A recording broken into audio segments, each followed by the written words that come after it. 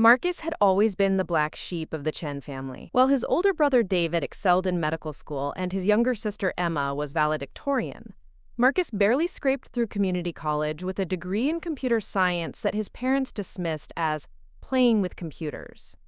At every family gathering, the comparisons were inevitable. "Why can't you be more like David?" his mother would sigh. "Emma is already planning her law career, and you're still living in that tiny apartment fixing people's laptops." The final blow came during his cousin's wedding reception. Marcus had just started his own small tech repair business, working 18-hour days from a cramped storefront. He was exhausted but proud. He'd finally made enough to hire his first employee. When he tried to share this news with his father, the response was crushing. "Marcus, we've given up expecting anything from you. You're 32 and still playing with toys while your siblings are building real careers. We love you, but you'll always be our disappointment." The words hit harder than any physical blow. Marcus excused himself from the reception, drove home in silence, and made a decision that would change everything. He would prove them wrong, not with words or arguments, but with actions they'd never see coming. Marcus threw himself into his work with unprecedented intensity. He expanded his repair business into custom software development, targeting small businesses that larger companies ignored. His breakthrough came when he developed an inventory management system for local restaurants that was so intuitive and cost-effective that word spread rapidly through the industry. Within 6 months, he had 50 clients. Within a year, he was licensing the software to companies across 3 states. But Marcus didn't stop there. He reinvested every dollar back into the business, hiring talented programmers who shared his vision of creating affordable tech solutions for small businesses. They developed point-of-sale systems, customer relationship management tools, and automated scheduling software. Each product addressed real problems that Marcus had observed during his years of working directly with business owners.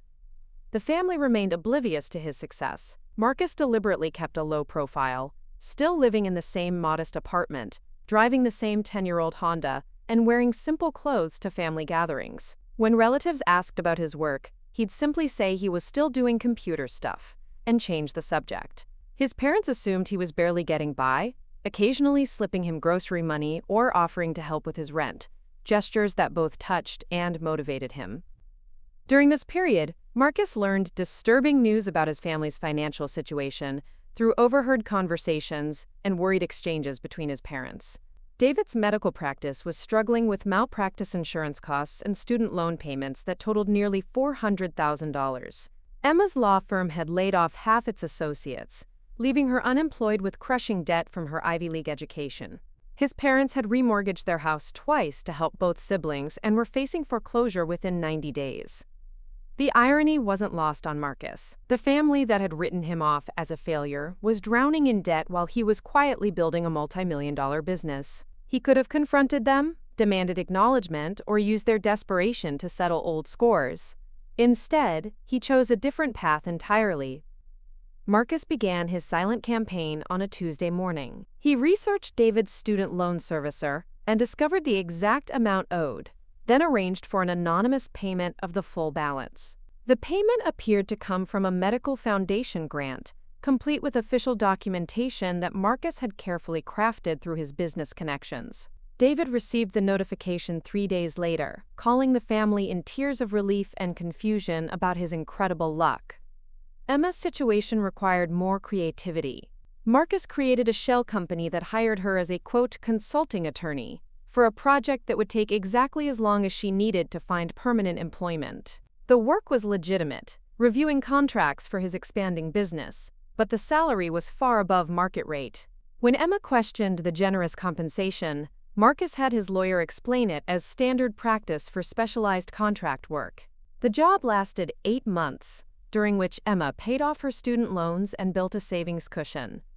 For his parents, Marcus employed the most elaborate solution. He discovered they owed $180,000 on their home equity loans and faced foreclosure in 6 weeks.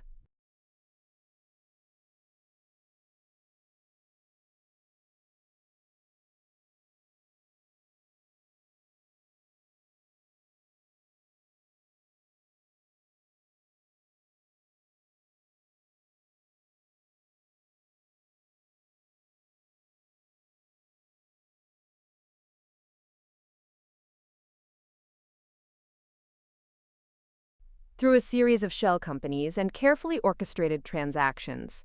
He arranged for their mortgage to be, quote, purchased by a private investor who immediately restructured the loan with dramatically reduced payments. The mysterious benefactor's lawyer explained that the investor preferred to help families stay in their homes rather than profit from foreclosures. Each intervention required months of planning and legal maneuvering to ensure the help appeared to come from legitimate sources. Marcus used his business network, hired additional lawyers, and even created fake documentation when necessary. He was meticulous about covering his tracks, knowing that his family's pride would never allow them to accept direct help from their disappointment. The changes in his family were profound. David's medical practice flourished once he was free from crushing debt payments. He began taking on more charity cases, and even started a free clinic in their old neighborhood. Emma found her confidence again and eventually landed a position at a prestigious firm, where she specialized in helping families avoid foreclosure. His parents, no longer consumed by financial anxiety, began volunteering at the local community center and seemed to rediscover their joy in life. Marcus watched these transformations from a distance, attending family gatherings where the conversation no longer revolved around money stress and career failures. His relatives still treated him as the underachiever, but now their condescension came from a place of contentment rather than desperation. They could afford to be generous with their pity. The final test came during Christmas dinner 2 years after his secret interventions began. The family was gathered around the table, laughing and sharing stories of their renewed success. David was describing his expanded practice, Emma was excited about a promotion, and their parents were planning a vacation they couldn't have afforded in years. Marcus sat quietly, picking at his food when his father raised his wine glass. "I want to make a toast," his father announced. "This year has been incredible for our family. David's practice is thriving, Emma's career has taken off, and your mother and I finally have some financial peace. We're blessed to have such successful children." He paused, looking directly at Marcus. "Well, 2 out of 3 isn't bad." The comment was meant as a gentle joke, but it revealed that nothing had fundamentally changed in how they viewed him. Marcus felt a familiar sting, but this time it was accompanied by something else, a quiet satisfaction that came from knowing the truth. His siblings' success was their own, but their freedom to pursue it had been his gift. His parents' happiness was genuine, even if they didn't know who had made it possible. After dinner, Marcus excused himself early, as had become his custom. He walked to his car, checking his phone for messages from his company's management team. His business had grown to employ over 200 people and was being courted by major corporations interested in acquisition. The preliminary offers were approaching 9 figures, which would set him up for life and allow him to pursue even more ambitious projects. As he drove home, Marcus reflected on the strange path his life had taken. He'd set out to prove his family wrong, to show them that their disappointment could succeed beyond their wildest dreams. Instead, he'd discovered something more valuable than their approval, the ability to help others without expecting recognition or gratitude. The hurt from their rejection had transformed into a superpower of sorts, allowing him to take genuine pleasure in their happiness while remaining invisible. His phone buzzed with a text from David. "Great dinner tonight. Hope you're doing okay financially. If you ever need help, just ask." Marcus smiled, typing back a simple, "Thanks, I'm good," before putting the phone away. He wondered if there would ever come a time when he'd reveal the truth, when he'd sit them down and explain how their disappointment had saved them all. But for now, the secret felt like a treasure he wasn't ready to share. Marcus pulled into his parking spot, still living in the same modest apartment complex, still driving the same Honda, still wearing clothes from discount stores. Tomorrow he would continue building his empire, hiring more employees, developing new products, and quietly changing lives in ways that would never be traced back to him. His family would continue to see him as their lovable failure, never knowing that their disappointment had become their guardian angel. The irony was perfect, and Marcus had learned to find peace in it. Sometimes the greatest victory isn't in proving others wrong, but in proving yourself right in ways they'll never understand.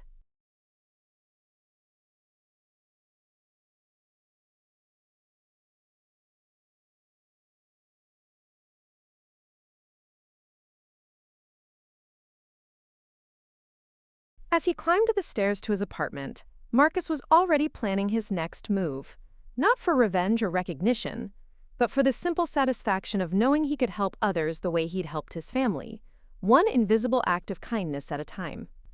Marcus's apartment felt different that night. The same cramped space, the same secondhand furniture, but something had shifted inside him. He sat at his desk, laptop open, reviewing the quarterly reports that showed his company's revenue had increased by 340% in the past year. The numbers were staggering, but they felt abstract compared to the memory of his father's toast. 2 out of 3 isn't bad. The words echoed in his mind, not with the sharp pain they once would have caused, but with a strange sense of completion. He opened his personal email and found a message from his lawyer, Richard Brennan, marked urgent. The acquisition offer from Technova Industries had been finalized at $127 million. Marcus stared at the screen, reading the same number over and over. $127 million. For a moment he allowed himself to imagine walking into his parents' house and casually mentioning this figure, watching their faces transform from condescension to shock to something approaching respect. But the fantasy felt hollow. Marcus had learned something profound during his 2 years of secret interventions. The sweetest revenge wasn't making them realize they were wrong about him. It was proving to himself that their opinion had never mattered as much as he'd thought. Still, the acquisition would open doors to possibilities he'd never imagined. He could start a foundation, help thousands of families facing the same struggles his own had endured, all while maintaining his carefully constructed invisibility. The next morning brought unexpected complications. Marcus was reviewing inventory reports when his phone rang. Emma's name appeared on the screen, which was unusual. His sister rarely called him directly, preferring to communicate through family group texts or brief conversations at gatherings. "Marcus, I need to talk to you about something." Emma's voice was tense, professional. "Can we meet for coffee? It's important." They met at a quiet cafe near Emma's law firm. She looked polished and confident in her tailored suit, a far cry from the anxious, debt-ridden woman she'd been 2 years earlier. Marcus arrived in his standard uniform of jeans and a wrinkled button-down shirt, playing his role perfectly. "I've been working on a case," Emma began, stirring her latte nervously. "A client is being sued by a company called Meridian Holdings. During my research, I discovered something strange. Meridian Holdings purchased David's student loans 3 days before they were mysteriously paid off. The same company bought my consulting contract and owns the entity that restructured Mom and Dad's mortgage." Marcus kept his expression neutral, though his heart rate accelerated. "That's weird. What does it mean?" "It means someone has been helping our family, and they've gone to extraordinary lengths to hide their identity. The paper trail is incredibly sophisticated, Marcus. Multiple shell companies, carefully timed transactions, even fake documentation. This isn't some random good Samaritan. This is someone with serious resources and legal expertise." Emma leaned forward, studying his face. "The lawyer handling all these transactions? Richard Brennan. The same Richard Brennan who incorporated 3 tech companies last year, including one called Chen Solutions LLC. Want to guess who the sole owner of Chen Solutions is?" Marcus's carefully constructed world began to crumble. He'd been so focused on hiding his actions from his family that he'd used his regular lawyer, never considering that Emma's legal career might eventually intersect with his secret operations. "Emma, I can explain." "You don't need to explain anything," she interrupted, her voice softer now. "I know it was you. The question is why, and more importantly, how. Marcus, the total value of help you've provided to this family is over $600,000. Where did that money come from?" Marcus looked around the cafe, buying time. The weight of his secret had been both a burden and a source of strength. Now, facing his sister's analytical gaze, he felt oddly relieved. "I built a business. A real business. It's worth a lot more than $600,000. Emma sat back, processing this information. "The computer repair shop?" "Started as a computer repair shop. Became a software development company. We create business management systems for small and medium-sized companies. Last quarter, we had revenue of $14 million. The silence stretched between them.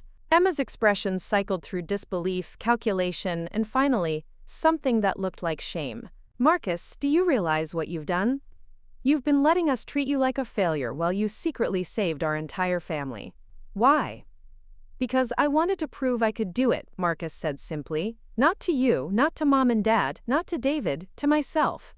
I wanted to know if I could build something meaningful without anyone's approval or recognition. But we've been so cruel to you. Every family dinner, every holiday, we've made you feel like you didn't measure up. If you'd known, it would have changed everything.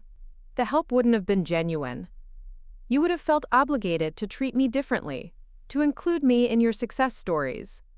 I didn't want your gratitude or your guilt. I wanted your happiness. Emma wiped away tears she hadn't realized were falling. This is insane, Marcus. You're talking about giving away more money than most people see in a lifetime, and you're acting like it's normal. It felt normal to me.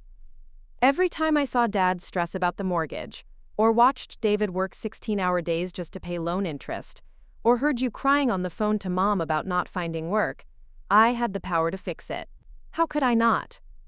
But you let us think you were struggling. You let us offer you money, let us worry about you. Marcus smiled, remembering the grocery money his parents had slipped him. I was struggling, just not financially. I was struggling to understand why I cared so much about proving myself to people who'd already written me off. Helping you all taught me something important. The best way to prove your worth isn't by demanding recognition.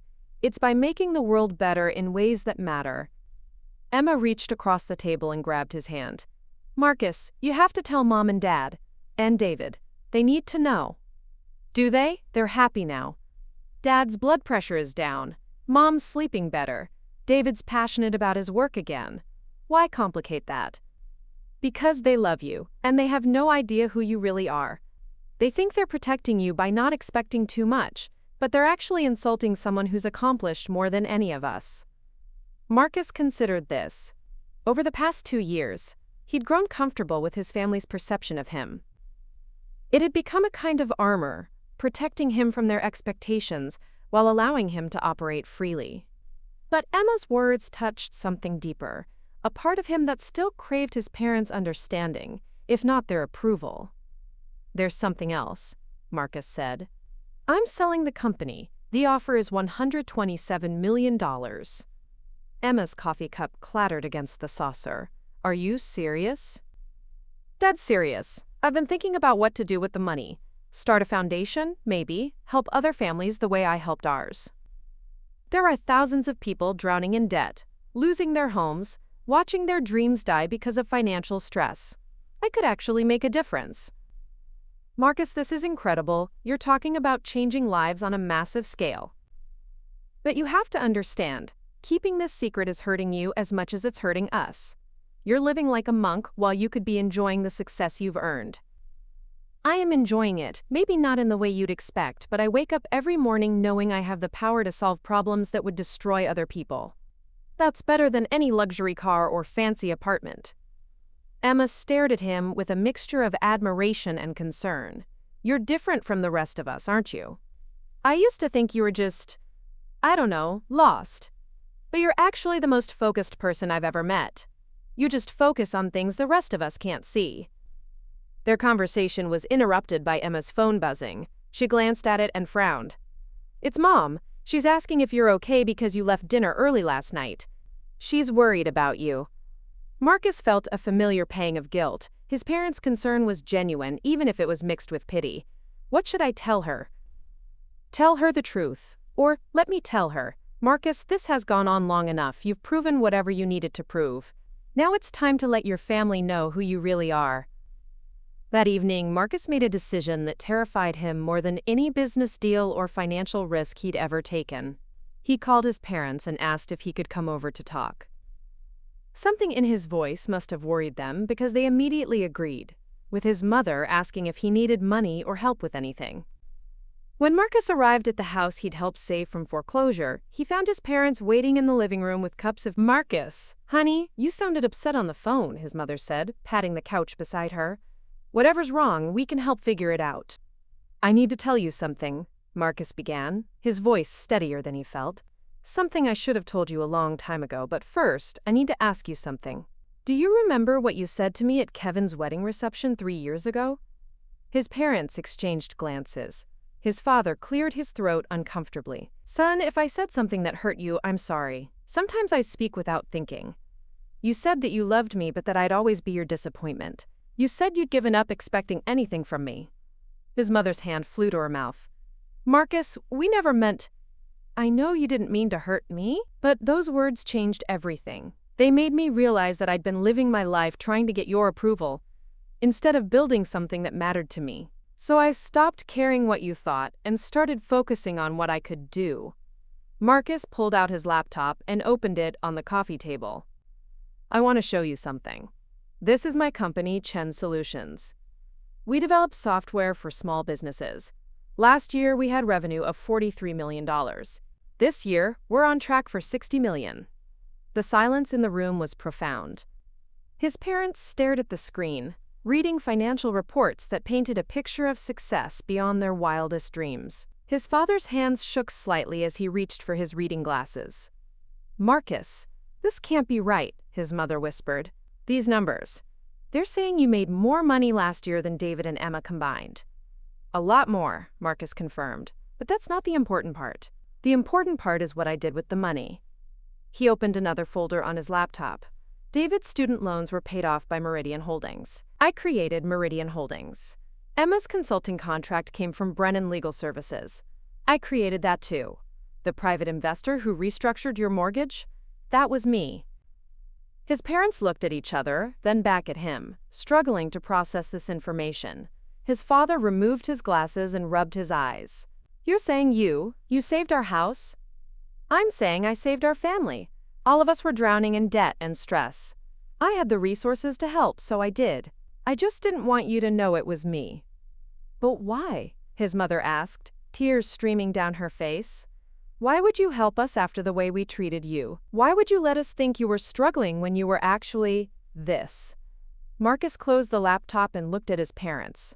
Really looked at them. He saw the guilt in their eyes, the regret, the dawning realization of how wrong they'd been. But he also saw love, the same love that had always been there, buried under their disappointment and worry.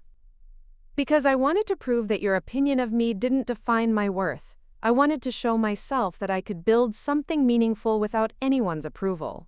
And because I love you, even when you hurt me, especially when you hurt me. His father stood up abruptly and walked to the window, his shoulders shaking. When he turned back, his face was streaked with tears.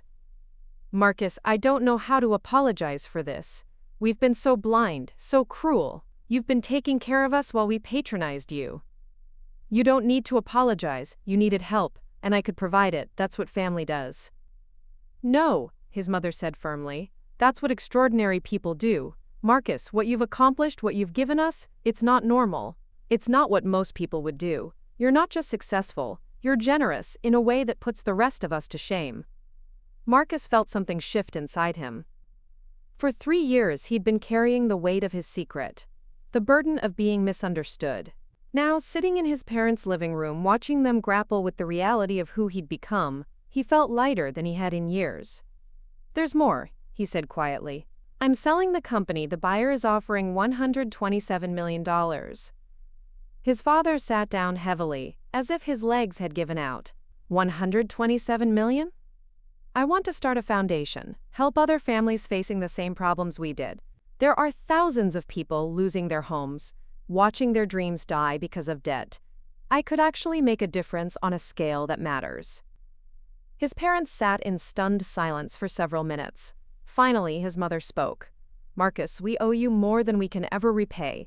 Not just the money, though that's part of it. We owe you an apology for not seeing who you really were. We owe you recognition for accomplishments that dwarf anything the rest of us have done. You don't owe me anything, Marcus said, but I would like something from you. Anything, his father said immediately. I'd like you to stop worrying about me. I'd like you to stop offering me grocery money and asking if I need help with rent. I'd like you to treat me like an adult who's capable of taking care of himself and others. His mother laughed through her tears. I think we can manage that. And I'd like you to help me with the foundation. You've both volunteered with community organizations. You know how to identify people who need help. I'm good at making money and structuring deals, but I'm not good at the human side of charity work." His father nodded eagerly. "We'd be honored to help. Marcus, I can't believe I'm saying this, but I'm proud of you. Not just for the money, but for the person you've become. You're better than any of us." "I'm not better than anyone, I just found something I was good at and used it to help people I care about. That's what everyone should do." As Marcus drove home that night, he felt a strange sense of completion. The secret that had defined his life for 3 years was finally out. His parents knew who he really was, and more importantly, they understood what he'd done for them. But the most profound change was internal. He no longer needed their approval because he'd found something better. Self-respect earned through actions that mattered. His phone rang as he pulled into his parking spot. Emma's name appeared on the screen. "I talked to Mom," she said without preamble. "She's been crying for 2 hours. Happy tears, but still. Marcus, what you did tonight took incredible courage. It felt like the right time. David's flying in tomorrow. Mom called him after you left. He's taking time off work to see you. I think he's in shock." Marcus smiled. "We'll figure it out. We have time now. Mom said you're starting a foundation. I want to help. I'm good with legal structures and compliance issues. Consider it my way of paying you back." "You don't need to pay me back, Emma, but I'd love your help. Marcus, can I ask you something? Are you happy, really happy? Because you've spent 3 years living like a monk while you could have been enjoying your success." Marcus considered the question as he climbed the stairs to his apartment. "I am happy. Maybe not in the way you'd expect, but I wake up every morning knowing I have the power to solve problems that would destroy other people. That's better than any luxury I could buy." "You're different from the rest of us, aren't you?" Emma said softly. "I used to think you were just lost, but you're actually the most focused person I've ever met. I just focus on things that matter to me: family, helping people, building something meaningful. The rest is just noise." After he hung up, Marcus sat on his couch and opened his laptop. The foundation would need a name, a mission statement, a board of directors. He'd need to research tax law, establish selection criteria for aid recipients, and create systems to ensure the money reached people who truly needed it. The work ahead was enormous, but for the first time in his life he felt like he was exactly where he belonged.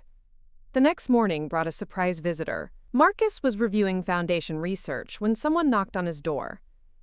He opened it to find David standing in the hallway, looking uncomfortable in his expensive suit. "I flew in last night," David said without preamble. "I needed to see you." Marcus stepped aside to let his brother enter. David looked around the modest apartment, taking in the second-hand furniture and bare walls. "Mom told me everything about the loans, the business, the money, all of it. I figured she would. Marcus, I don't know what to say. I've been successful in my career, but what you've done, it's on a completely different level. And the way you did it, in secret, without expecting anything in return, I'm ashamed of how I've treated you." "You don't need to be ashamed. You didn't know."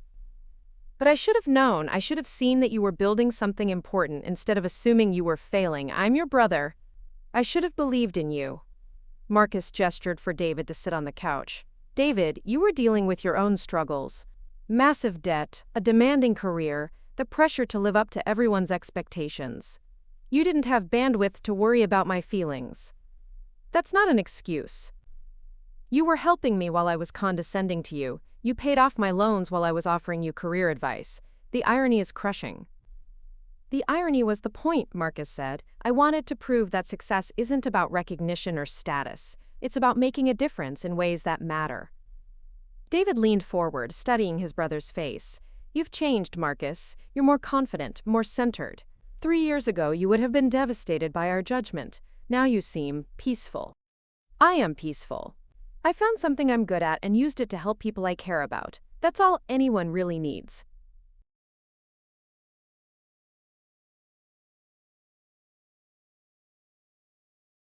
"But you're selling the company. Why give up something you built?" Marcus opened his laptop and showed David his foundation research. "Because I want to scale up, help thousands of families instead of just one.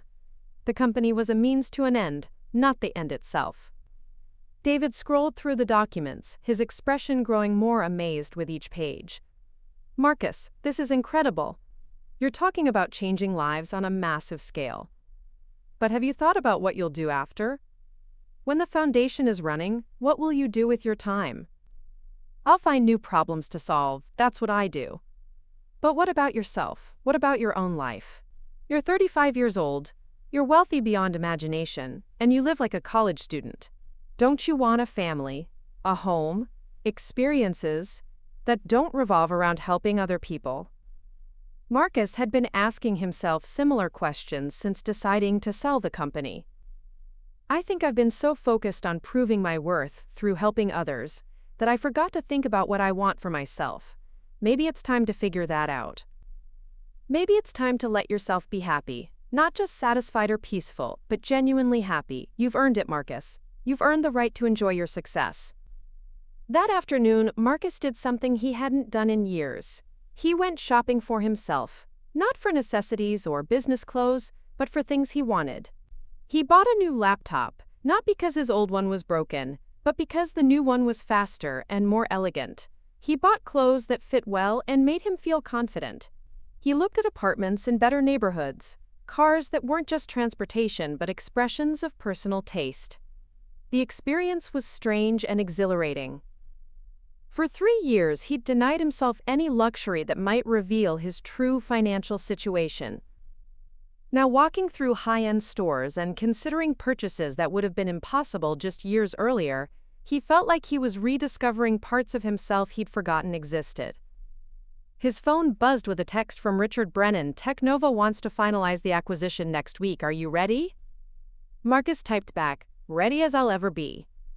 Another text arrived immediately. "Congratulations, Marcus. What you've built is extraordinary. What you plan to do with the proceeds is even more so." That evening, Marcus's family gathered for an impromptu dinner at his parents' house. For the first time in years, the conversation wasn't about anyone's struggles or failures. Instead, they talked about the future. David's plans to expand his free clinic, Emma's interest in pro bono work, their parents' excitement about volunteering with the foundation. "I have an announcement," Marcus said as they finished dessert. "I'm moving." His mother looked alarmed. "Moving where?" "Just across town.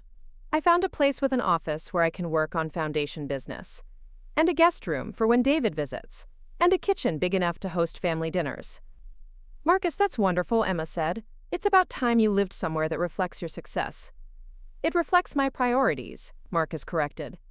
"I want a home where family is welcome, where I can work on projects that matter, where I can finally stop hiding who I've become." His father raised his wine glass. "I want to make a toast. 3 years ago, I said some things that I deeply regret. I called my son a disappointment when he was actually the most successful person in this room. Marcus, you've shown us what real success looks like. Not just financial success, but moral success. You've made us all better people." To Marcus, the family said in unison. As they clinked glasses, Marcus felt something he hadn't experienced in years: complete acceptance. Not just from his family, but from himself. He'd proven everything he'd set out to prove, and discovered things about himself he'd never known existed. The scared, insecure man who'd left Kevin's wedding reception 3 years ago had been replaced by someone who knew his worth regardless of others' opinions. The acquisition closed the following Tuesday. Marcus signed the papers in Richard Brennan's office, surrounded by lawyers and executives who treated him with the respect his success had earned. When the final signature was complete, he was officially worth $127 million after taxes. "What's the first thing you're going to do?" Richard asked as they shook hands. "Take my family to dinner," Marcus replied, "somewhere nice, and pick up the check without anyone offering to split it." That weekend, "This feels like you," his mother said, running her hand along the granite countertop. "Successful but not showy, comfortable but not excessive." "I wanted a home that could grow with me," Marcus explained.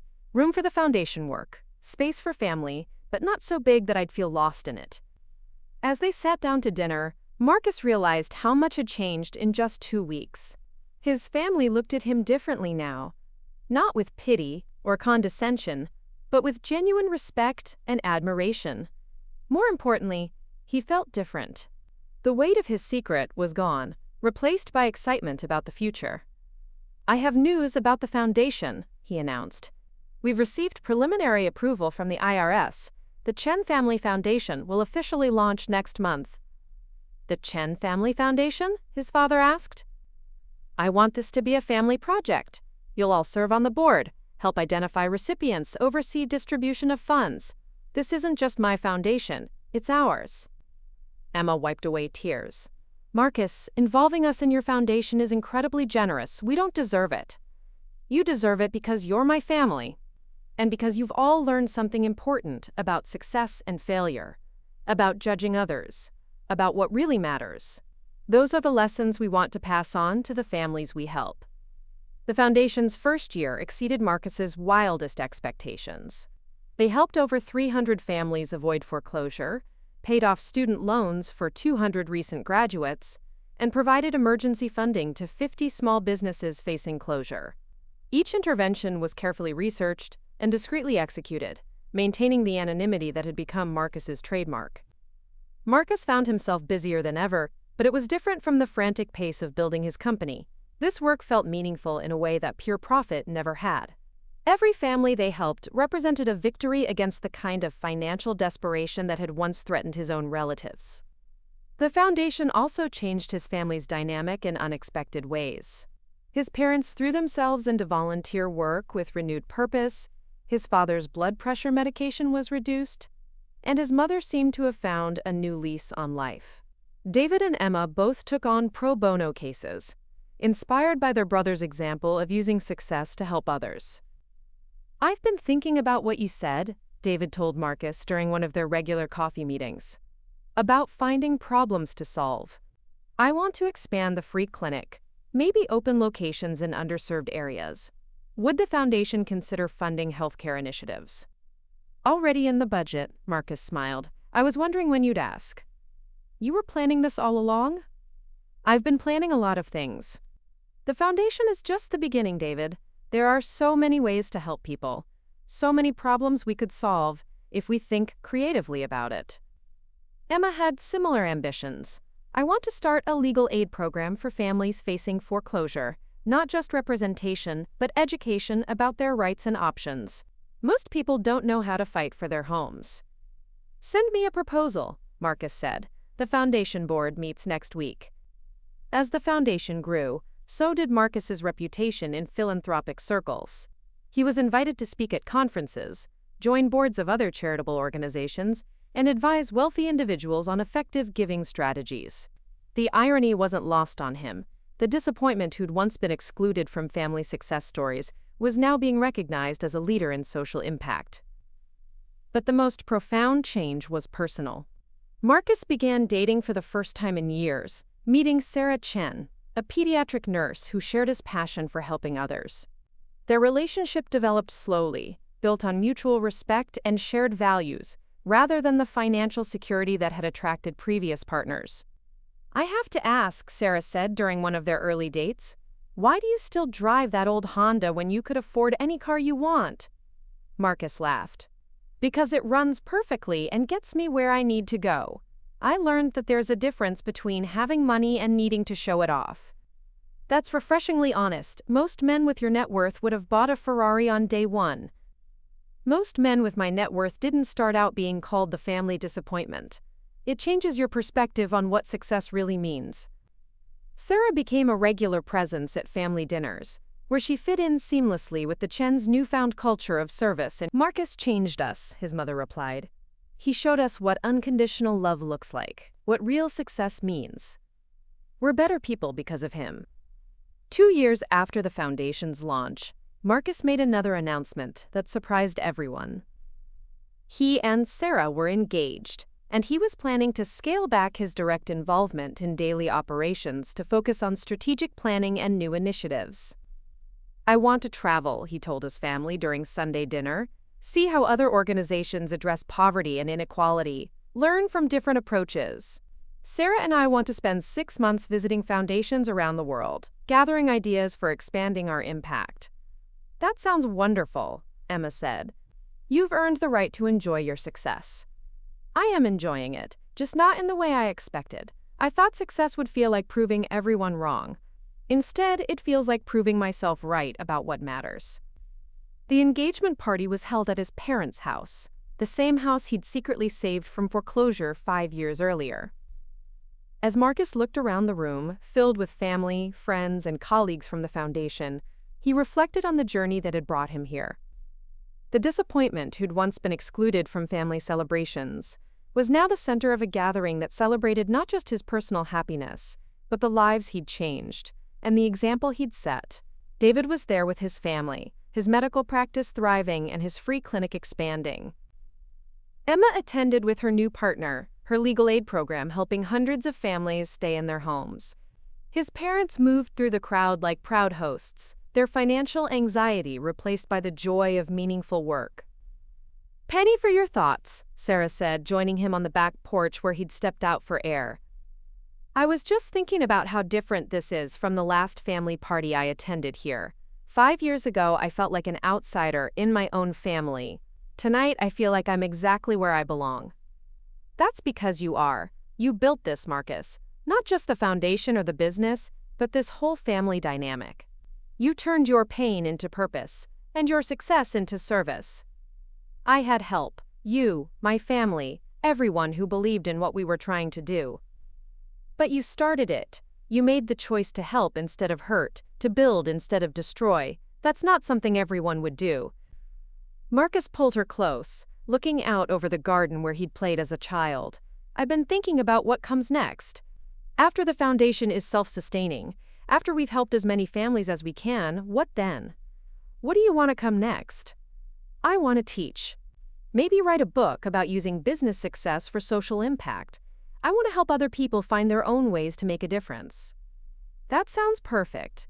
Professor Chen has a nice ring to it." Or maybe just Marcus Chen, the guy who figured out that the best way to prove your worth isn't by demanding recognition, but by making the world better in ways that matter. As they stood together on the porch, watching his family celebrate inside, Marcus felt a deep sense of completion. The journey from disappointment to success had been longer and more complex than he'd ever imagined, but it had led him to exactly where he needed to be. He'd proven his worth not through the approval of others, but through the positive impact he'd made on the world. The boy who'd once been called a disappointment had become a man who disappointed no one, least of all himself.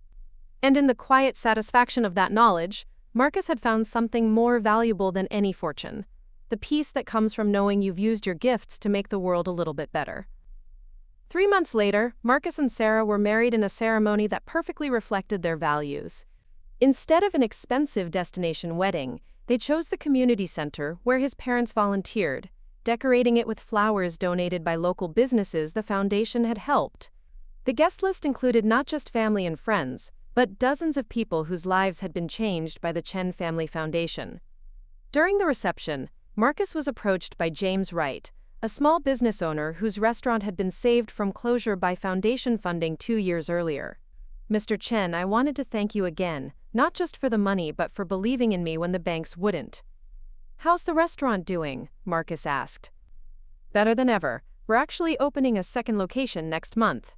And we're hiring exclusively from the neighborhood, giving people chances the way you gave me one." These conversations happened throughout the evening. Maria Santos, whose family had avoided foreclosure, David Kim, whose food truck, Jennifer Walsh, whose medical bills had been covered when her daughter needed surgery. Each person represented a ripple effect that extended far beyond the foundation's initial intervention. "This is what success looks like," Sarah whispered to Marcus as they watched their guests celebrate.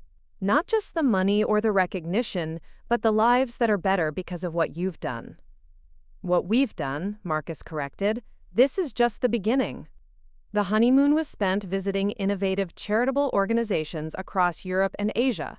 In Copenhagen, they studied a foundation that provided microloans to immigrant entrepreneurs. In Singapore, they observed a program that helped families transition from poverty to middle-class stability. In Mumbai, they worked alongside volunteers who provided education and healthcare to slum communities.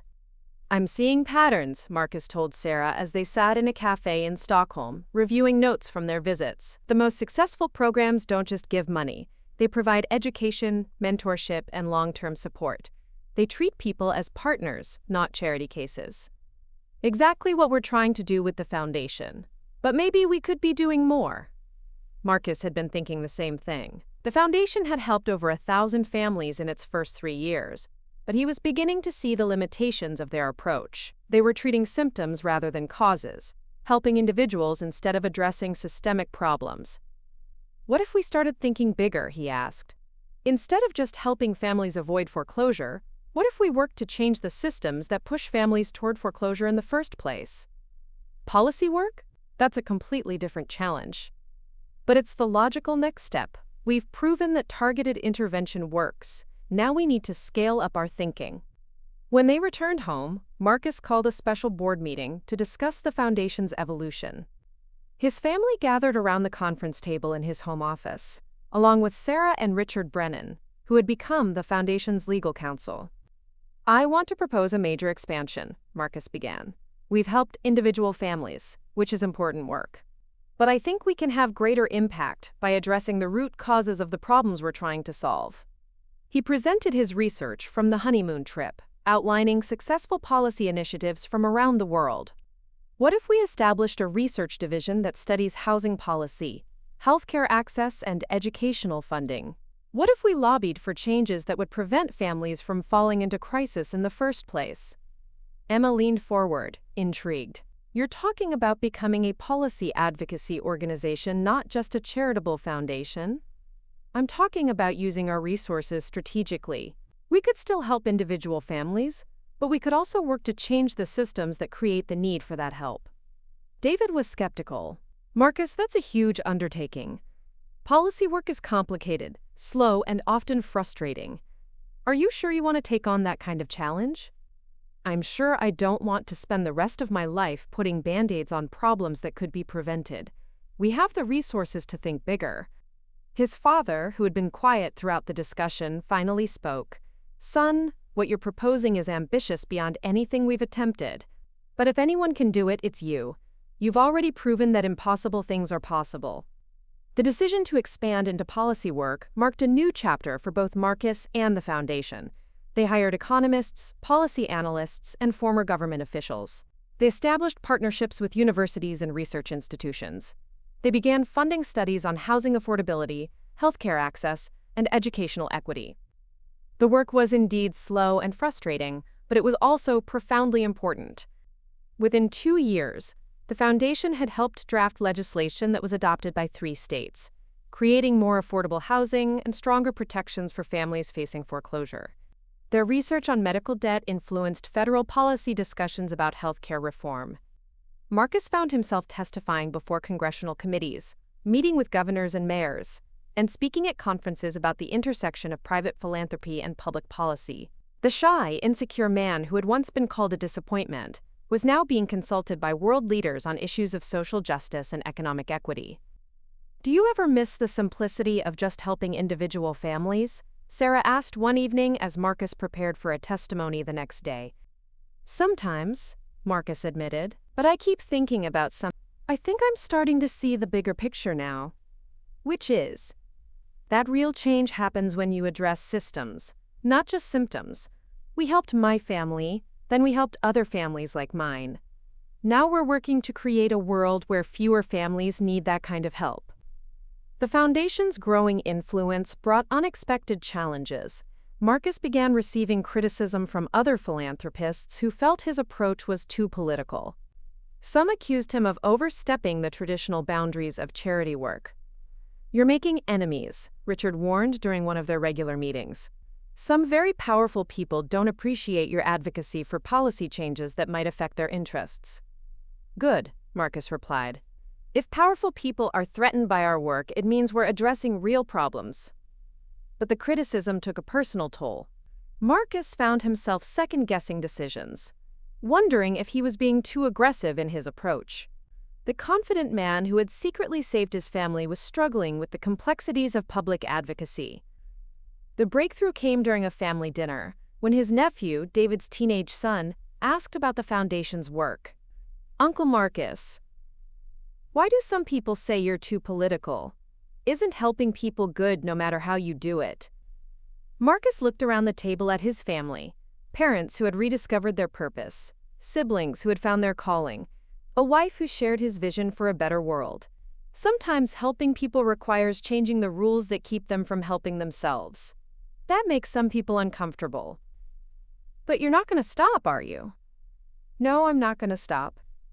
That conversation reminded Marcus of something he'd forgotten in the complexity of policy work and public criticism. His motivation had always been simple. He wanted to help people, and he was willing to do whatever it took to make that happen effectively. The Foundation's most ambitious project came in its 5th year. Marcus proposed creating a comprehensive program that would address multiple aspects of poverty simultaneously: housing, healthcare, education, and job training, in a single community. They chose East Cleveland, a neighborhood that had been devastated by industrial decline and predatory lending practices. This is a 10-year commitment, Marcus told the board. We're not just providing services, we're trying to rebuild an entire community's economic foundation. The project required unprecedented coordination with local government, businesses, and residents. Marcus spent months in East Cleveland, listening to community leaders, understanding local challenges, and building relationships with people who had learned to be skeptical of outsiders promising change. "Why should we trust you?" asked Maria Rodriguez, a longtime resident and community activist. "We've seen plenty of rich people come through here with big ideas. They usually disappear when things get complicated." "Because I understand what it's like to be written off," Marcus replied. "My own family called me a disappointment. I know what it feels like to be underestimated. I'm not here to save you. I'm here to work with you." The East Cleveland project became a model for comprehensive community development. Over 5 years, the foundation helped establish a community health center, a job training program, affordable housing initiatives, and a network of small businesses. Crime rates dropped, graduation rates increased, and property values began to recover. Marcus's approach was distinctive because he insisted on genuine community partnership rather than top-down charity. Residents were involved in every decision, from selecting which services to prioritize to hiring staff for new programs.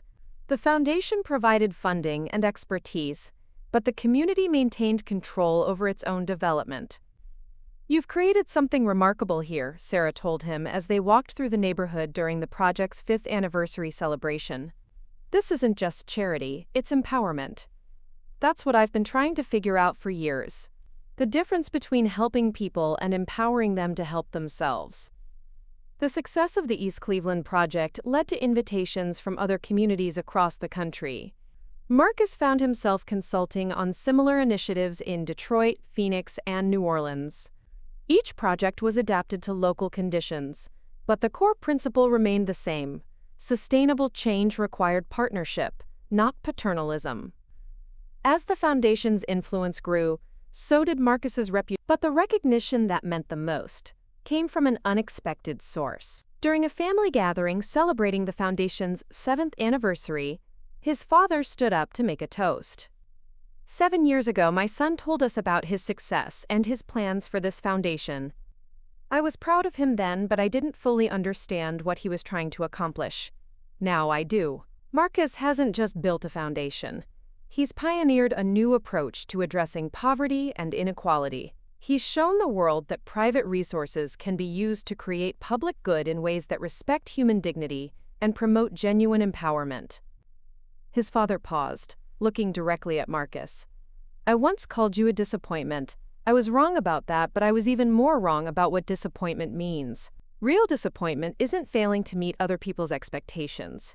It's failing to use your gifts to make the world better." Marcus, you have never disappointed anyone in that sense.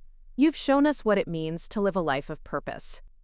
The applause that followed was warm and sustained, but Marcus barely heard it. He was thinking about the journey that had brought him to this moment, from the humiliation of being called a disappointment to the satisfaction of knowing he'd used his gifts to help thousands of people build better lives. After the celebration, Marcus and Sarah sat on their back porch, looking out over the garden where their 2-year-old daughter Elena played with her cousins. The little girl had her father's quiet intensity and her mother's warm smile. "What do you want Elena to learn from all this?" Sarah asked. "That success isn't about what other people think of you, it's about what you do with whatever gifts you have." Whether you're good at making money, healing people, writing laws, or just being kind to others, the question is whether you use those gifts to make the world a little bit better. Do you think she'll face the same kind of judgment you did? Marcus watched his daughter chase a butterfly across the grass, her laughter echoing in the evening air. Maybe, but she'll also grow up knowing that her worth isn't determined by other people's opinions. She'll see that the most important measure of success is how you treat others, especially those who need help. And if she becomes a disappointment to someone someday? Marcus smiled. Then she'll be in good company. Some of the most important work in the world is done by people who disappoint others' expectations about what they should be doing with their lives. As the sun set over their neighborhood, Marcus reflected on the strange path his life had taken. The disappointment who had once been excluded from family success stories had become someone whose success was measured not in personal achievements, but in the positive impact he'd made on the world. The foundation continued to grow and evolve, but Marcus had learned that the most profound changes often happen quietly, in individual moments of connection and understanding. Every family they helped, every community they partnered with, every policy they influenced, represented a small victory against the forces that kept people trapped in poverty and despair. 10 years after first being called a disappointment, Marcus Chen had built something that would outlast any individual achievement, a legacy of service that would continue long after he was gone. He had proven that the greatest disappointments sometimes become the greatest sources of hope, and that the most important kind of success is the kind that lifts others up along the way. The boy who had once been written off as a failure had become a man who helped others rewrite their own stories, turning their disappointments into opportunities and their struggles into strength. In the quiet satisfaction of that knowledge, Marcus had found not just success, but peace. The peace that comes from knowing you've used your life to make the world a little bit better for those who come after you. 12 years had passed since Marcus first revealed his secret to his family. Elena, now 14, had grown up surrounded by the Foundation's work, attending community celebrations and listening to dinner table conversations about policy initiatives and social justice. Unlike her father at the same age, she carried herself with quiet confidence, secure in her family's love and clear about her own values. "Dad, can I ask you something?" Elena said one evening as they worked together in his home office, she on homework while he reviewed grant applications. "Of course." "Do you ever regret not telling Grandma and Grandpa the truth sooner? Like, do you wish you'd proven them wrong right away instead of waiting?" Marcus set down his papers and looked at his daughter. At 14, she was already showing signs of the analytical mind that ran in the Chen family, but with an emotional intelligence that seemed to come from Sarah's influence.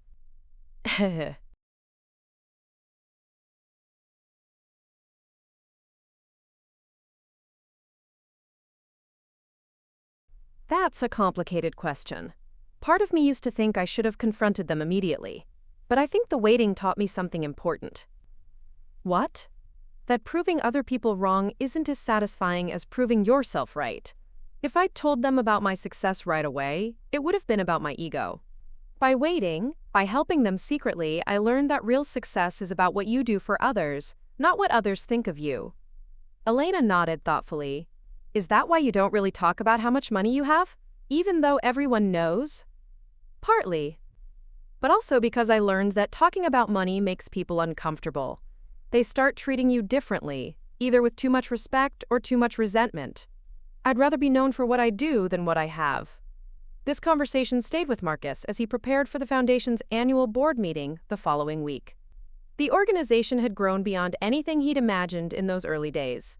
They now operated in 12 states, had helped over 10,000 families, and had influenced policy at both state and federal levels. But with growth had come new challenges. "We have a problem," Richard Brennan announced during the meeting. "Senator Williams is launching an investigation into our lobbying activities. He's claiming we're overstepping the bounds of charitable work." Marcus wasn't surprised. Senator Williams had been a vocal opponent of the Foundation's housing policy initiatives, which threaten the interests of some of his largest donors. What's he alleging specifically? They were using tax-exempt charitable donations to fund political advocacy. He's demanding access to our financial records and donor lists. Emma, who had become the Foundation's legal director, leaned forward. "This is clearly politically motivated, but we need to take it seriously. Any investigation could damage our reputation and our ability to do our work.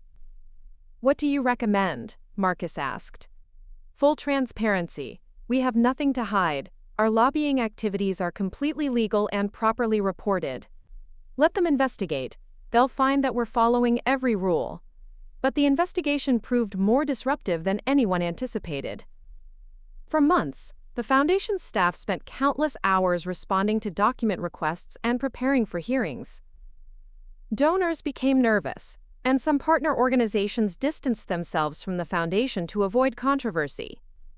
Marcus found himself testifying before a hostile congressional committee, facing questions that seemed designed more to embarrass than to investigate. Senator Williams was particularly aggressive, suggesting that Marcus was using his wealth to buy political influence. Mr. Chen, isn't it true that your foundation has spent over $50 million on lobbying activities in the past 5 years? Senator, we've spent $50 million on research and advocacy aimed at reducing poverty and homelessness. Every dollar was properly reported and legally spent. But you're essentially using your personal wealth to influence policy decisions that affect millions of Americans. Don't you think that's inappropriate? Marcus paused, thinking about his daughter's question and his own journey from disappointment to purpose. Senator, I think what's inappropriate is having the resources to help solve problems and choosing not to use them. Yes, I've been fortunate in business. But I've tried to use that fortune responsibly, to address issues that government has struggled to solve on its own. So you think private citizens should be making policy decisions? I think private citizens should be participating in policy discussions, especially when they have expertise and resources to contribute. That's how democracy is supposed to work. The investigation ultimately concluded that the Foundation had operated within all legal boundaries, but the months of scrutiny had taken their toll. Several key staff members left for less controversial positions, and some donors withdrew their support. Marcus felt the weight of responsibility for putting the organization he'd built at risk. Maybe I pushed too hard, he told Sarah one evening as they watched the news coverage of the investigation's conclusion. Maybe I should have stayed focused on direct charity work instead of trying to change policy. Marcus, you can't second-guess yourself now. The work you've done has helped thousands of people. One hostile politician doesn't change that.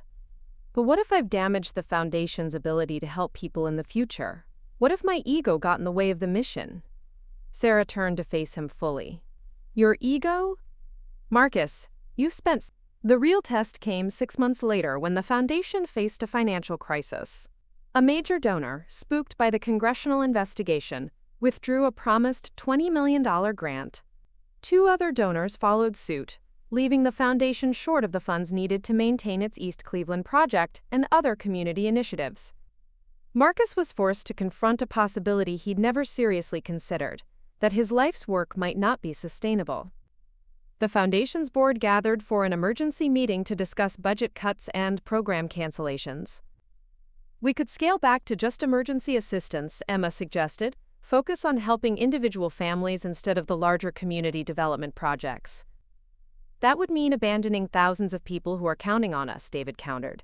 The East Cleveland project alone serves 5,000 residents. Marcus listened to the debate with growing frustration. After all they'd built, after all the lives they'd changed, were they going to be forced to retreat because of political pressure and donor timidity? There's another option, he said quietly. I could sell some of my remaining assets and provide emergency funding myself. The room fell silent. Marcus had already given away the vast majority of his wealth, but he still owned substantial investments and real estate that could be liquidated. Marcus, that's not sustainable, Richard said. You can't fund the entire foundation yourself indefinitely. I'm not talking about indefinitely. I'm talking about buying us time to find new donors and rebuild our financial base. But you'd be risking your family's financial security, his father protested.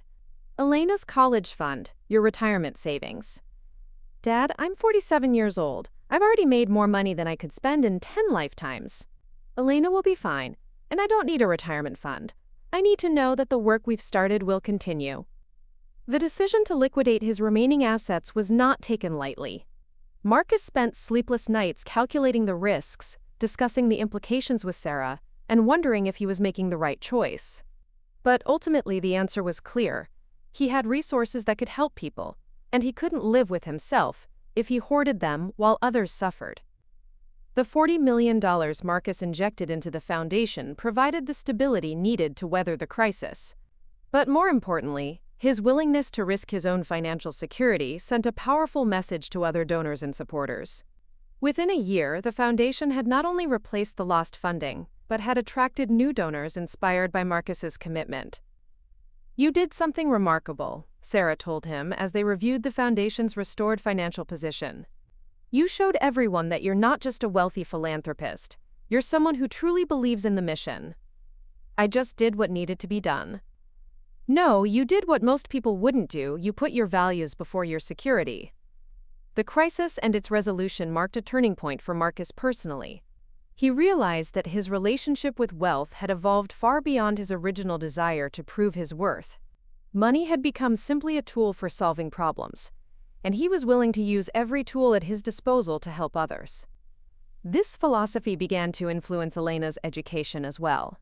At 15, she started spending summers working with the foundation, not in a ceremonial capacity but doing real work, helping with research, assisting at community events, and learning about the complexities of social change.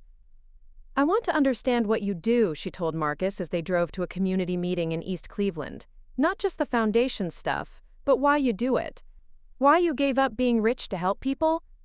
"I didn't give up being rich, Elena. I gave up keeping all the money for myself. There's a difference." "But you could have kept more. You could have lived in a mansion, bought a yacht, traveled the world in private jets. Don't you ever want those things?" Marcus considered this as they parked outside the community center where he'd first met Maria Rodriguez years earlier. "I've thought about that. And the truth is, I probably would have enjoyed some of those things. But I would have enjoyed them alone. Or with just our family. By using the money to help others, I get to enjoy the satisfaction of knowing that thousands of people have better lives because of choices I made." That's not the same as enjoying a yacht. No, it's not. But it lasts longer. A yacht would eventually get boring. Helping people never gets boring. Elena's work with the foundation during her teenage years shaped her perspective in ways that Marcus hadn't anticipated. But she also began to question whether she wanted to follow in her father's footsteps. "I've been thinking about college," she told Marcus during her junior year of high school. "I want to study medicine, like Uncle David. But I also want to study public policy. I think I want to work in global health, maybe with organizations like Doctors Without Borders." Marcus felt a mixture of pride and concern. That's important work, but it's also dangerous and demanding. Are you sure that's what you want? "Dad, you spent years being called a disappointment because you chose a path that didn't match other people's expectations. Now you're worried about me choosing a path that might disappoint you?" The irony wasn't lost on Marcus. His daughter had learned his lessons perhaps too well. She was prepared to sacrifice financial security and personal comfort to help others, just as he had. But she was also prepared to forge her own path, independent of the foundation and the family legacy. "I'm not disappointed," Marcus said. "I'm proud. And a little terrified. But mostly proud." "Good, because I've already applied to several international development programs. I want to understand poverty and health issues from a global perspective, not just an American one." Elena's college years brought new challenges for the entire family. She chose to attend Columbia University, studying international relations and pre-med simultaneously. Her summers were spent working with medical organizations in Kenya, Guatemala, and Bangladesh, experiences that broadened her understanding of global inequality. "The problems we're trying to solve in East Cleveland exist everywhere," she told Marcus during one of their video calls while she was working in a Nairobi clinic. "But the solutions have to be adapted to local conditions. What works in Ohio might not work in Kenya." That's exactly what we've learned with the foundation. Every community is different. "But Dad, I'm seeing things here that the foundation couldn't address even if it wanted to. Systemic corruption, ethnic conflicts, environmental degradation. These aren't problems that can be solved with money alone." Marcus recognized the frustration in his daughter's voice. It was the same feeling he'd experienced when he realized that helping individual families wasn't enough, that systemic change required different approaches. Elena was discovering that even systemic change within one country wasn't enough to address global inequality. "What do you think the solutions are?" he asked. "I don't know yet, but I think they involve cooperation between governments, NGOs, and private organizations like yours.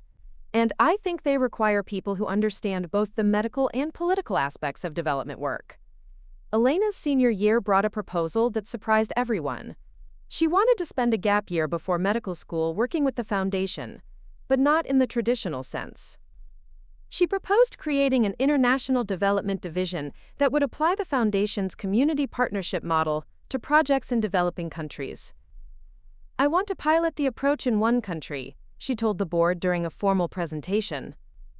"Somewhere that faces severe poverty but has stable enough institutions to support long-term development work. I think Ghana might be a good choice."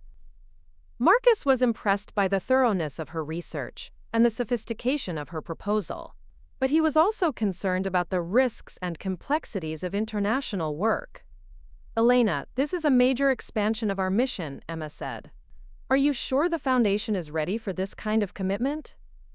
"I'm sure we need to try." "Dad, you've always said that the foundation should evolve to address new challenges. Global poverty is the biggest challenge of all." The board ultimately approved a pilot program, though not without reservations. Elena would spend a year in Ghana, working with local partners to identify opportunities for sustainable development projects. The foundation would provide limited funding and expertise, but the initiative would be Elena's responsibility. "Are you sure about this?" Sarah asked Marcus privately after the board meeting. "She's only 22. This is a huge responsibility." "I was 29 when I started my first business, and 32 when I decided to help our family. Elena's already more mature than I was at her age. And she's right about global poverty being the next frontier. But what if something goes wrong? What if she gets in over her head?"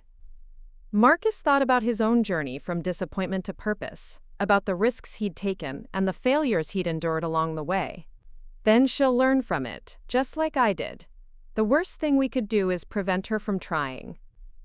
Working with local partners, she helped establish a pilot program that combined healthcare, education, and economic development in 2 rural communities. The approach was adapted from the foundation's domestic work, but modified to address local conditions and cultural contexts. "The key is patience," she reported during one of her regular video calls with the board. "Everything takes longer here than it would in the US. But the community engagement is incredibly strong. People are willing to work hard for change when they're involved in creating it." The Ghana project's success led to invitations from other countries and organizations. Elena found herself consulting on development projects across West Africa, applying lessons learned from both her father's foundation and her own experience working in challenging environments. When she returned to the United States to begin medical school, Elena had a clear vision for her future. She wanted to specialize in infectious diseases and global health, working with international organizations while maintaining her connection to the foundation's work. "I want to be a bridge," she told Marcus, "between the medical and policy worlds, between American philanthropy and international development, between the foundation's domestic work and global opportunities." Marcus watched his daughter's evolution with a mixture of pride and amazement. She had taken the lessons of his own journey, the importance of helping others, the value of humility, the power of persistence, and applied them to challenges he had never considered. She was not trying to replicate his success, but to build upon it in new and innovative ways. "You know what I've realized?" he told Sarah one evening as they watched Elena present her medical school thesis on community health interventions. "She's not going to be a disappointment to anyone. She's found her path early, and she's following it with confidence." Unlike her father, who spent years being called a disappointment before finding his purpose. Exactly. Maybe that's the real measure of success. Not what you accomplish, but what you enable others to accomplish. Elena's going to change the world in ways I never could, partly because of the foundation she grew up with. As the foundation entered its 2nd decade, Marcus began to think more systematically about succession and legacy. He was 55 years old, still energetic and passionate about the work, but aware that the organization needed to evolve beyond his personal leadership. "I want to create a more distributed leadership structure," he told the board during their annual strategic planning session. "The foundation has grown beyond what any one person can manage effectively." The restructuring that followed was comprehensive. Emma became the foundation's president, focusing on legal and policy work. David established a healthcare division that worked on medical access issues. Marcus's parents, now in their 70s but still energetic, took on leadership roles in volunteer coordination and donor relations. Marcus retained the title of founder and chairman, but his day-to-day responsibilities shifted toward strategic planning and external relations. He found himself traveling more, speaking at conferences, and consulting with other philanthropists about effective giving strategies. "This is what I should have been doing all along," he told Sarah after returning from a conference in Switzerland, where he'd met with leaders of major foundations from around the world. "Instead of trying to manage every detail, I should have been thinking about how to scale our approach and share our lessons with others." "You had to learn how to do the work before you could teach others how to do it." "Maybe, but I think I was also afraid to let go of control. The foundation was so tied to my identity that I couldn't imagine it succeeding without my direct involvement." The transition was not without challenges. Some donors were concerned about Marcus's reduced role, and some staff members struggled with the new leadership structure. But the foundation continued to grow and evolve, launching new initiatives and expanding its impact. Elena, now completing her medical residency, served on the board while maintaining her focus on international development. She had established partnerships with medical schools in Ghana, Kenya, and Bangladesh, creating exchange programs that brought American medical students to work in developing countries, while bringing international students to learn from the foundation's community development. His father, now 78 but still sharp, smiled. "Marcus, do you remember what I said that night at Kevin's wedding? About giving up on expecting anything from you?" "I remember. I was wrong about many things, but I was especially wrong about that. You exceeded every expectation I could have had. Not because of the money or the recognition, but because of the person you became. You turned your hurt into help, your disappointment into purpose. I had good teachers, even if I didn't realize it at the time." "What do you mean?" Marcus looked around the table at his family. Parents who had learned to value service over status, siblings who had found their own ways to help others, a wife who shared his commitment to making the world better, and a daughter who was already surpassing his achievements. "I mean that being called a disappointment taught me that other people's opinions don't define your worth. Your actions do. And all of you, in your own ways, showed me what meaningful action looks like." The conversation was interrupted by Elena's phone buzzing with an urgent message. She read it quickly, then looked up with excitement. "Dad, I just got word that the Ghana project has been selected as a model program by the World Health Organization. They want to replicate it in 10 other countries." Marcus felt a familiar surge of pride and satisfaction, not because of the recognition, but because of what it represented. Thousands of people who would have better lives because of work his daughter had pioneered, building on foundations he had helped create. "That's incredible, Elena. What's the next step?" "I need to spend 6 months in Geneva, working with WHO officials to develop implementation guidelines. Then I'll probably need to travel to the pilot countries to help establish the programs." "That's a lot of travel. Are you sure you want to take on that much responsibility?" Elena smiled, and Marcus saw something of his own determination in her expression. "Dad, you once told me that the most important question isn't whether you can do something, but whether you should do it. If I can help replicate successful health programs in 10 countries, how can I not try?" As Marcus looked at his daughter, confident, purposeful, ready to take on challenges that would dwarf his own achievements, he realized that his journey from disappointment to purpose had been just the beginning. The real success was not what he had accomplished, but what he had enabled others to accomplish. The boy who had once been called a disappointment had become a man who helped others exceed every expectation, including his own. And in that transformation, he had found not just personal fulfillment, but a legacy that would continue long after he was gone. 20 years had passed since Marcus first revealed his secret to his family. At 57, he had settled into a role that few could have predicted for the man once called a disappointment, elder statesman of American philanthropy. The foundation now operated in 18 countries, had helped over 50,000 families, and had influenced policy at every level of government. Marcus was reviewing applications for the foundation's new fellowship program when his assistant knocked on his office door. "Mr. Chen, there's a young man here to see you. Says his name is David Rodriguez. He doesn't have an appointment, but he's been waiting for 2 hours." The name sounded familiar, but Marcus couldn't place it immediately. "Send him in." David Rodriguez was 25, well-dressed but nervous, carrying a folder that he clutched tightly as he entered Marcus's office. "Mr. Chen, thank you for seeing me. I know you're busy, but I had to meet you." "What can I do for you, David?" "You probably don't remember me, but my mother is Maria Rodriguez. From East Cleveland. You helped save our house 15 years ago when I was 10 years old."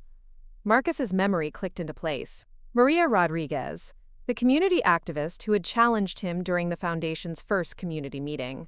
The woman who had asked why she should trust another rich outsider making promises.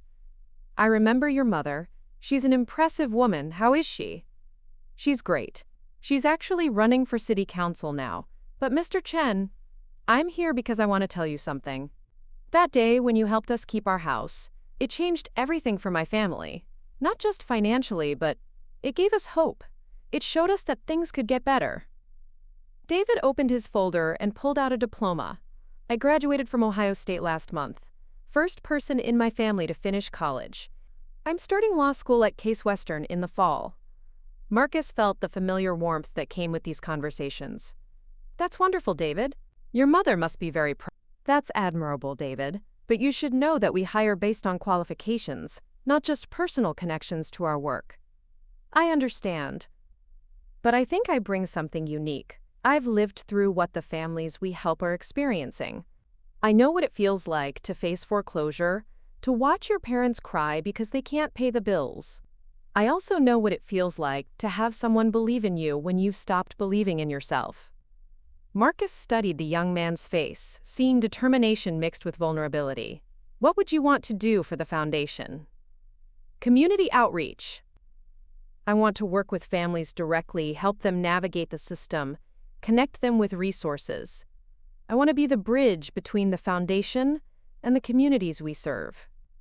"That's important work, but it's also emotionally demanding. Are you prepared for that?" David nodded. "Mr. Chen, I've been preparing for this my whole life. Every family dinner where my parents talked about your foundation, every community meeting where I watched you listen to people's problems, every time I saw how your work changed not just individual lives but entire neighborhoods. I want to be part of that." Marcus made a decision that felt both logical and deeply personal. "David, I'd like you to meet with our community outreach director. But first, I want you to understand something. The foundation doesn't just help people. We expect the people we help to help others. Are you prepared for that responsibility?" "Yes, sir. That's exactly what I want to do." David Rodriguez was hired as a community outreach coordinator, and his impact was immediate. Having grown up in one of the communities the foundation served, he understood the challenges families faced in ways that even the most dedicated staff members couldn't. He spoke their language, knew their concerns, and could navigate the complex web of bureaucracy and social services that often overwhelmed people in crisis. "David's changed how we do community work," Emma reported during a board meeting 6 months after his hiring. "He's not just helping families access our services. He's helping them understand the system and advocate for themselves. Our satisfaction ratings have increased by 30% in the communities where he's working." Marcus wasn't surprised. David represented something the foundation had always tried to achieve: authentic partnership with the communities they served. He was living proof that the foundation's approach could create lasting change, not just temporary relief. The success of David's work inspired Marcus to expand the foundation's fellowship program, actively recruiting young people from communities the foundation had served. Within 2 years, they had hired 12 fellows, each bringing their own experience of overcoming poverty and discrimination. "We're not just helping people anymore," Marcus told Sarah one evening as they reviewed the program's results. We're creating a new generation of leaders who understand both the challenges and the solutions from the inside out. That's what Elena has been doing internationally, Sarah observed. Training local healthcare workers and community leaders instead of just providing services from the outside. Elena, now 31 and a respected figure in global health, had indeed pioneered a similar approach. Her work with the World Health Organization had led to the establishment of community health programs in 15 countries, all based on the principle of local leadership and sustainable development. "I've been thinking about retirement," Marcus said, a statement that would have shocked him just years earlier. "Really? You're only 57. "I know, but I'm not talking about retiring from the work. I'm talking about retiring from management." The foundation is in good hands with Emma and David and the other team members. Elena's creating her own impact internationally. "Maybe it's time for me to step back and let the next generation lead." What would you do? Marcus had been considering this question for months. "I want to write. Maybe teach. Share what I've learned about using business success for social impact. Help other people who are trying to figure out how to use their resources effectively." "You mean help other disappointments find their purpose?" Marcus laughed. "Something like that." The decision to step back from day-to-day management was not. The book combined memoir with practical advice about philanthropy, telling the story of his journey from family disappointment to social impact leader, while offering guidance for others seeking to make a difference. The book's success surprised everyone, including Marcus. It spent 12 weeks on the New York Times bestseller list and led to speaking engagements around the world. But more importantly, it generated thousands of letters from readers who had been inspired to start their own charitable initiatives. "I never thought of myself as a writer," Marcus told Elena during one of their regular video calls. She was in Cambodia, working with local officials to establish a new community health program. "Dad, you've always been a storyteller. Every family dinner, every foundation meeting, every speech you've given, you tell stories about people whose lives have been changed. The book is just a different format for the same message, which is that everyone has something to contribute, and the people who feel most excluded from success are often the ones who can create the most meaningful change." Marcus sat back in his chair, struck by the profound truth in his daughter's words. They perfectly captured the journey he had taken from that painful night at Kevin's wedding reception to this moment, decades later, when his family's disappointment had become the foundation for a legacy of hope. He thought about David Rodriguez, now a city councilman, who had transformed his childhood experience of near foreclosure into a passion for helping other families. He thought about the thousands of people whose lives had been changed not just by financial assistance, but by the radical idea that they deserved to be heard, respected, and empowered. Most of all, he thought about Elena herself, brilliant, compassionate, and determined to make the world better, who had grown up watching her father turn rejection into purpose and was now creating her own path to meaningful impact. The man who had once been called a disappointment had discovered something his family could never have imagined, that the greatest success isn't proving others wrong about you, but proving to yourself that their opinions never mattered in the first place. In helping others find their worth, Marcus had finally found his own. As he looked out his office window at the city where his foundation continued to change lives, Marcus Chen smiled. He had never stopped being a disappointment to some people's expectations. He had simply learned that the right kind of disappointment could be the beginning of something extraordinary. The end.